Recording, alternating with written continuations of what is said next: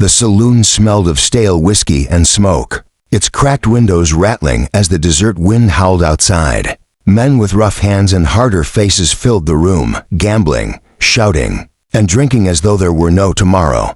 But when the doors creaked open and Jack Morgan stepped inside, the noise seemed to fade just a little.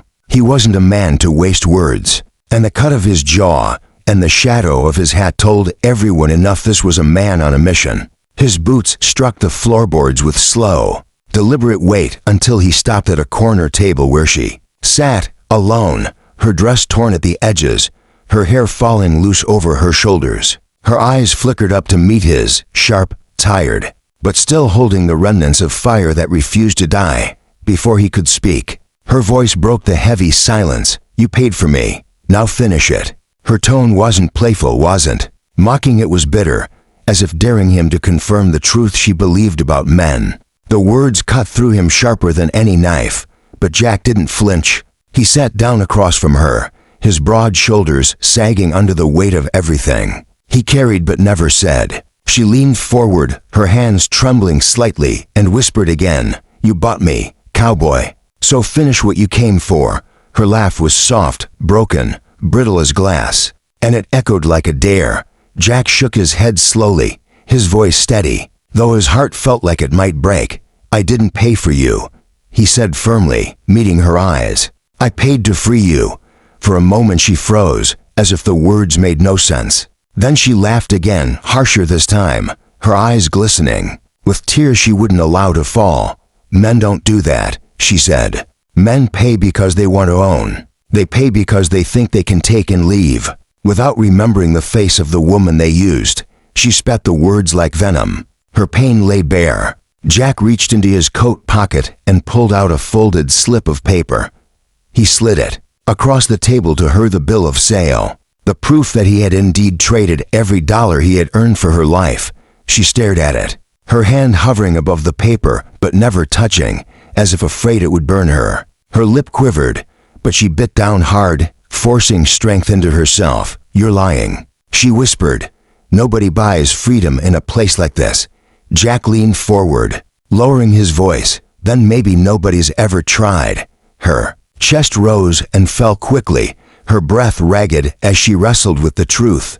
Finally, she reached up with trembling fingers and pulled at the frayed cloth of her dress. Lowering it from her shoulder, Jack's eyes locked on the sight before him, and for the first time in years, he felt his body go numb.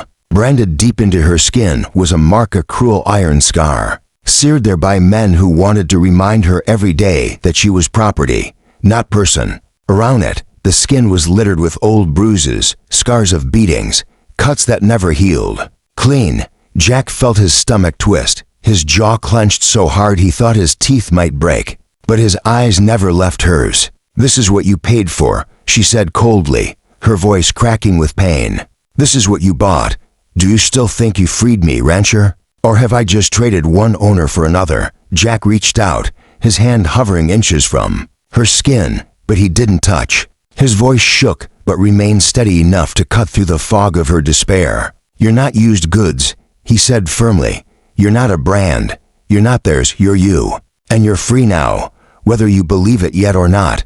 Her lips parted as if to argue, but no words came. Instead, for the first time in years, silence fell over her, not the silence of submission, but the silence of shock, of hearing something she never thought could exist. And in that fragile quiet, Jack swore he saw the faintest flicker of hope pass across her eyes, buried deep beneath the weight of her scars. The night grew darker as Jack led her out of the saloon, the desert air biting cold, the moon hanging heavy above. The other men in town watched, their faces twisted in suspicion, jealousy, or cruel amusement.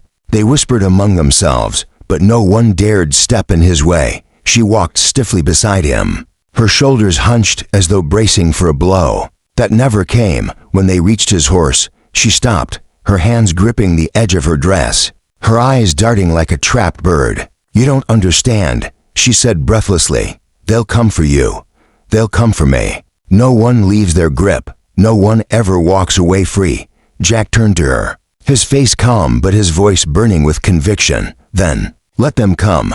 I've faced worse than men who hide behind chains." For a long moment she just stared at him, torn between disbelief and a desperate hunger to believe him. Finally, she let him help her mount the horse, though her hands trembled so badly she nearly slipped. The ride through the open desert was silent, the rhythm of the horse's hooves carrying them further from the town, and closer to something neither could name. She leaned into him, not out of trust but out of exhaustion, her body heavy with years of fear. Jack said nothing.